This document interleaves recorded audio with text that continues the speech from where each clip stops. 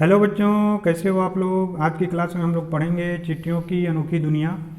तो बच्चों, जैसे आपको मालूम है कि आजकल चिट्ठियों का उपयोग जो है, लेटर्स का जो उपयोग है वो काफ़ी कम हो गया है। आज के ज़माने में ज़्यादातर लोग मोबाइल का उपयोग करके ही या कंप्यूटर का उपयोग करके ही अपनी बात को दूसरे तक पहुंचा देते हैं।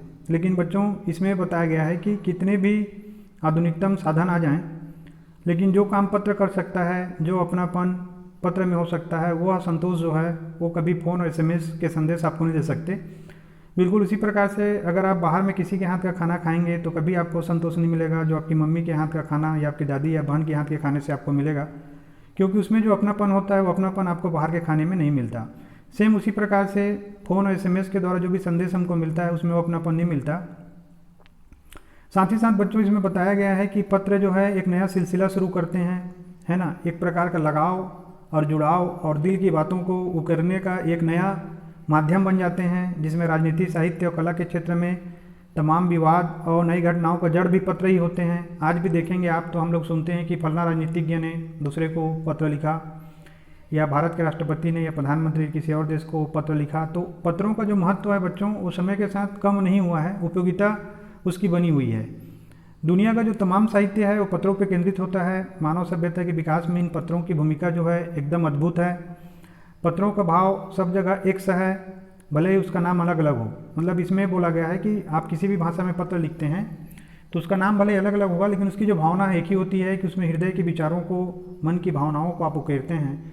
पत्र को उर्दू में खत, बच्चों इसको ध्यान से सुनिएगा, ये आपके क्वेश्चन में है कि पत्र को उर्दू में खत और संस्कृत में पत्र, कन्नड़ में कागज, तेलुगु में उत्तरम, जाबू और लेख तथा तमिल में कड़िद कहा जाता है ना। इसको आप याद कर लीजिएगा कि कौन कौन से भाषा में इसका नाम क्या क्या है। तो पत्र जो है ना, यादों को सहेज कर रखते हैं, इनमें किसी को कोई संदेह नहीं। आप अगर किसी से आपको पत्र मिलता है, कोई चाइल्ड लाइन आपके लिए लिखता है, तो आपको ऐसा लगता है जैसे हृदय से लिख रहा हो, तो आपको वो काफ़ी ज़्यादा उससे एक लगाव हो जाता है, जिससे आदमी उसको सहेज कर रखता है, संभाल के रखता है। जबकि एसएमएस या फ़ोन के मैसेजों में बात नहीं, आए दिन हम लोग उसको डिलीट कर देते हैं। हर एक की अपनी पत्र लेखन कला है, हर आदमी अपने तरीके से पत्र को लिख सकता है, हर एक के पत्रों का अपना दायरा है। तो कौन किस प्रकार से पत्र लिखता है, इसका भी एक दायरा है। दुनिया भर में रोज़ करोड़ों पत्र एक दूसरे को तलाशते तमाम ठिकानों तक पहुंचते हैं। सोचिए आप लोग कि दुनिया भर में जो भी आदमी और जो भी संस्था लोग एक पत्र को लिखते होंगे, दूसरों के लिए लिखते होंगे, तो पत्र जो है ना बिल्कुल किसी इंसान की तरफ पतों की तलाश में दौड़ते भागते रहते हैं। भारत में ही देखिए, इतने सारे मोबाइल होने के बाद भी 4.5 करोड़ चिट्ठियाँ डाक में डाली जाती हैं, जो साबित करती हैं कि पत्र का अहमियत है ना कितना है आज के समय में। पंडित जवाहरलाल नेहरू का उद्बोधन बहुत ही महत्वपूर्ण है, जो उन्होंने 1953 में कही थी, कि उनका कहना था कि हजारों सालों तक संचार का साधन केवल हरकारे रनर्स। पहले क्या होता था बच्चों, जैसे किसी को हम लोगों को संदेश देना पड़ता था तो उसको संदेश लिख के एक दौड़ने वाला आदमी को दौड़ाते थे। फिर 30 घोड़े रहे हैं, है ना। फिर उसके बाद घोड़े का समय आया, इसके बाद पहिए आए हैं, उसके बाद चक्के का समय आया, फिर रेलवे आया। तो रेलवे और तार से भी भारी बदलाव आया। तार ने रेलों से भी तेज़ गति से संवाद पहुँचाने का सिलसिला शुरू किया है। अगर आप पुराने फिल्मों को देखेंगे तो उस समय क्या होता था कि टेलीफोन वगैरह तो था नहीं, तो उस समय तार भेजे जाते थे, है ना। वो पहला तरीका था इलेक्ट्रॉनिक मैसेजिंग का। अब टेलीफोन, वायरलेस और आगे रेडार, दुनिया बदल रहा है। तो अब जो है टेलीफोन वायरलेस माने मोबाइल समझिए, और रेडार जो है दुनिया को बदल रहा है। ये 1953 में ही आदरणीय पंडित जवाहरलाल नेहरू जी ने कह दिया था। अब देखिए, पिछली शताब्दी में पत्र लेखन ने एक कला का रूप ले लिया। अब देखिए, पत्र लेखन क्या है। एक तो एक व्यक्ति अपने विचारों को, अपने घर की व्यवस्था को, अपनी समस्याओं को, किसी भी चीज़ को बताता है दूसरे को। दूसरा क्या, एक कला भी है ये। और डाक व्यवस्था के सुधार के साथ पत्रों को सही दिशा देने का विशेष प्रयास किए गए। जैसे जैसे डाक व्यवस्था सुधरती गई, क्योंकि डाक विभाग एक व्यवस्थित विभाग है, तो उसके कारण क्या हुआ कि जो पत्र लेखन की कला है वह जो है एक अलग स्तर पर पहुँच गया। पत्र संस्कृति विकसित करने के लिए स्कूली पाठ्यक्रमों में भी पत्र लेखन का विषय शामिल किया गया। और आप जानते हैं कि आपके पाठ्यक्रम में जो है पत्र लेखन शामिल है ना। आप औपचारिक, अनौपचारिक, अलग अलग प्रकार के पत्र लेखन से संबंधित प्रश्न आपको हिंदी में मिलते हैं, अंग्रेजी में मिलते हैं। भारत ही नहीं, दुनिया के कई देशों में प्रयास चले और विश्व डाक संघ ने अपनी ओर से भी काफ़ी प्रयास किए। तो भारत ही नहीं, दुनिया के हर देश में, है ना, ये जो पत्र लेखन है उसको सहेजने का, एक अलग रूप देने का बहुत प्रयास चला, और विश्व डाक संघ ने भी काफ़ी प्रयास किया है। विश्व डाक संघ की ओर से 16 वर्ष से कम आयु वर्ग के बच्चों के लिए पत्र लेखन प्रतियोगिताएं आयोजित करने का सिलसिला 1972 से शुरू किया गया। तो बच्चों ये देखिए यहाँ पे एमसीक्यू में पूछ सकता है कि विश्व डाक संघ ने 16 साल से कम उम्र आयु वर्ग के बच्चों के लिए जो पत्र लेखन की प्रतियोगिता है कब से शुरू किया है, वो 1972 से शुरू किया है ना, इसको याद कर लीजिएगा आप लोग। अब देखिए यह सही है कि खासतौर पर बड़े शहरों महानगरों में संचार साधनों के तेज विकास और अन्य कारणों से पत्रों की आवाजाही प्रभावित हुई है, पर देहाती दुनिया आज भी चिट्ठियों से ही चल रही है। यह सही है कि वर्तमान समय में लोग देखते हैं कि शहरों महानगरों में जो नए नए साधन आए हैं, खासकर मोबाइल जो आया है, इंटरनेट आया है, उसके कारण क्या हुआ है कि पत्रों का व्यवहार जो है कम हो गया है। लेकिन गाँव देहात में आज भी लोग जो है ना चिट्ठियों पर निर्भर रहते हैं। साथ ही साथ लेखक बता रहे हैं कि फैक्स, ईमेल, टेलीफोन, मोबाइल ने चिट्ठियों की तेजी को रोका है, पर व्यापारिक डाक की संख्या लगातार बढ़ रही है। आज भी आप देखे होंगे जो अमेजन है, फ्लिपकार्ट है, उसके जो सामान आते हैं बच्चों, एक भी प्रकार का एक व्यापारिक डाक है, और उसका जो मात्रा है आज के समय में ईमेल, फैक्स और टेलीफोन, मोबाइल आने के बाद भी काफ़ी ज़्यादा बढ़ा हुआ है। जहाँ तक पत्रों का सवाल है, अगर आप बारीकी से उस किताब में जाएँ तो आपको ऐसा कोई नहीं मिलेगा जिसने कभी किसी को पत्र न लिखा या न लिखाया हो, या पत्रों का बेसब्री से जिसने इंतजार न किया हो। तो देखिए पत्रों की सबसे बड़ी विशेषता क्या है ना कि जब दिल की भावनाएं काफ़ी गहरी हो जाती हैं तो हमारे हाथ है ना, कलम जो है हमारे चलने लगते हैं, हमारे अंदर का जो लेखक है, कवि है ना, वो बाहर आ जाता है। तो यह हर व्यक्ति के ऊपर है कि हर आदमी जो है ना किसी न किसी से पत्र लिखा है, लिखवाया है, या किसी के पत्र का उसने इंतजार किया है, चाहे वो नौकरी का ही पत्र क्यों ना हो। हमारे सैनिक तो पत्रों का जिस उत्सुकता से इंतजार करते हैं उसकी कोई मिसाल नहीं है। जब सैनिक बॉर्डर पे होते हैं, घर से दूर होते हैं, तो हमेशा उनको इंतजार रहता है कि घर से कोई पत्र आएगा। वो पत्र में अक्स चेहरा तलाशते हैं बच्चों, देखिए है ना, पत्र में एक चेहरा देख लेते हैं। एक दौर था जब लोगों का पत्रों का महीनों इंतजार करते थे, पर अब वह बात नहीं। पहले के समय में क्या था, पत्रों को पहुंचने में काफ़ी समय लगता था, महीनों महीनों का समय लगता था।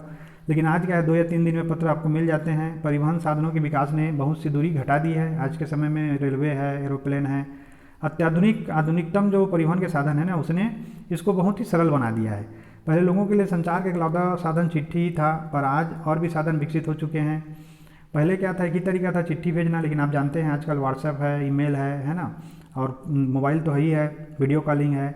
तो आज देश में ऐसे लोगों की कमी नहीं है जो अपने पुरखों की चिट्ठियों को सहेज और संजो कर विरासत के रूप में रखे हुए हों, या फिर बड़े बड़े लेखक, पत्रकारों, उद्यमी, कवि, प्रशासक, सन्यासी या किसान, इनकी पत्र रचनाएं अपने आप अनुसंधान का विषय हैं। तो देखिए पत्र लिखना, लोगों को बताना, अपने जो मन के भावना है, जो मन के विचार हैं, उसको बताना है। तो जो भी बड़े बड़े पत्रकार होते हैं, उद्यमी, कवि, प्रशासक, किसान और सन्यासी होते हैं, इन्होंने जो पत्र लिखा है वो युग परिवर्तनकारी है। तो ये कला का एक बहुत बड़ा माध्यम है। अगर आज जैसे संचार माध्यम होते तो पंडित नेहरू अपनी पुत्री इंदिरा गांधी को फ़ोन करते, पर तब पिता के पत्र पुत्री के नाम नहीं लिखे जाते, जो देश के करोड़ों लोगों को प्रेरणा देते हैं। तो बच्चों आपको ध्यान होगा कि पंडित जवाहरलाल नेहरू ने अपनी पुत्री को पत्र लिखा था, इंदिरा गांधी जी को पत्र लिखा था।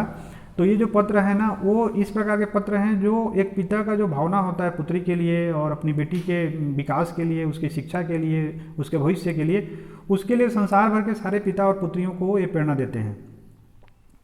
पत्रों को तो आप सहेज कर रख लेते हैं, पर एसएमएस संदेशों को आप जल्दी ही भूल जाते हैं।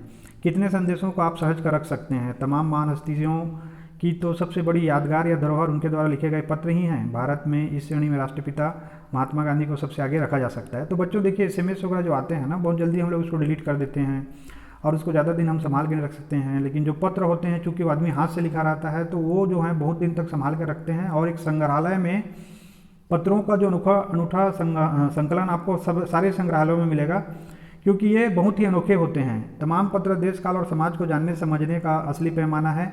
भारत में आज़ादी के पहले महासंग्राम के दिनों में जो कुछ अंग्रेज अफसरों ने अपने परिवारजनों को पत्र में लिखे हुए आगे चलकर बहुत महत्व की पुस्तक तक बन गए। अब देखिए मान लीजिए कोई किसी को एसएमएस भेजा है ना, व्हाट्सअप किया है, ये कितने दिन तक रहता है, ज़्यादा दिन तक नहीं रहता है। लेकिन अगर आज से 10 साल 15 साल बाद बोलें कि कौन सा मैसेज आपको क्या मिला था, तो आपको याद ही नहीं होगा अगर आप एसएमएस और व्हाट्सएप को देखेंगे तो। लेकिन जो अंग्रेज लोग अपने परिवार को जो उन्होंने पत्र लिखा था, वो जो है आज भी उस समय की व्यवस्था को समझने के लिए, अंग्रेजों की मानसिकता को समझने के लिए एक काफ़ी महत्वपूर्ण पुस्तक बन गया है ना। तो बच्चों इसी से सिद्ध होता है कि जो पत्र है वो कितने महत्वपूर्ण होते हैं।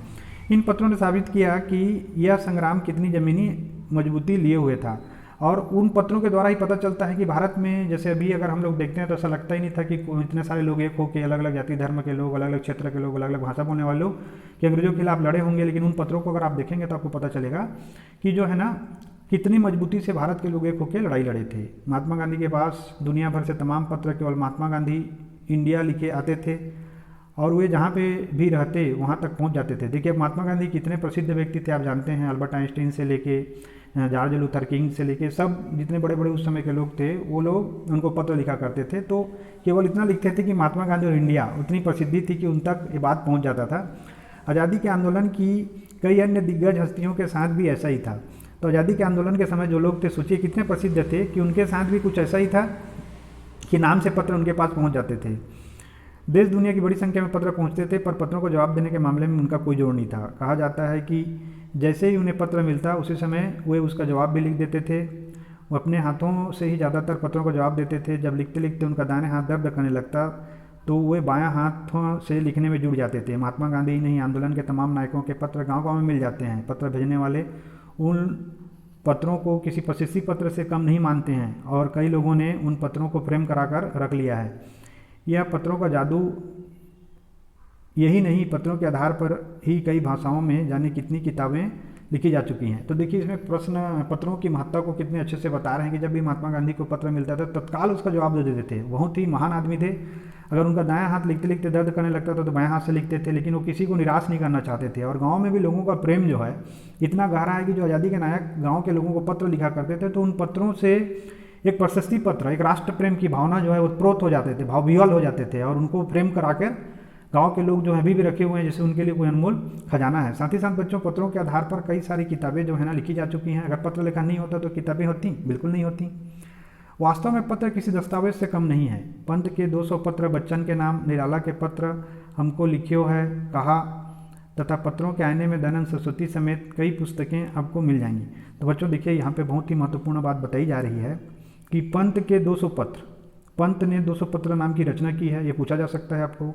बच्चन के नाम और निराला के पत्र, हमको लिखियो है, कहा, तथा पत्रों के आईना में दयानंद सरस्वती, तो ये सब पुस्तकें जो है ना बड़े बड़े लेखकों की हैं, जिसमें निराला हैं, दयानंद सरस्वती हैं, बच्चन जी हैं, निराला हैं।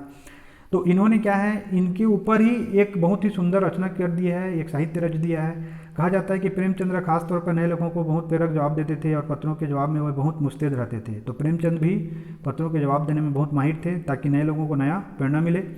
साथ ही साथ बच्चों इसी प्रकार नेहरू और गांधी के लिखे गए रविन्द्रनाथ टैगोर के पत्र भी बहुत प्रेरक हैं, है ना। तो जो बड़े बड़े हस्तियों के बीच में पत्र लिखन होता था वो कला की उच्च कोटि का प्रकाष्ठा था, भावनाओं की अप्रतिम अभिव्यक्ति थी। महात्मा और कवि के नाम से महात्मा गांधी और रविन्द्रनाथ टैगोर के बीच 1915 से 1940 के बीच के पत्राचार का संग्रह प्रकाशित हुआ है, जिसमें बहुत से नए तथ्यों और मनोदशा का लेखा जोखा मिलता है। तो ये महान लोग जो किस प्रकार के मनोविज्ञान रखते थे, किस प्रकार राष्ट्र को बनाना चाहते थे, तो इस प्रकार से महात्मा गांधी और रविन्द्रनाथ टैगोर के बीच में भी जो पत्र लेखन हुआ है उसका जो संग्रह है वो प्रसारित हुआ है।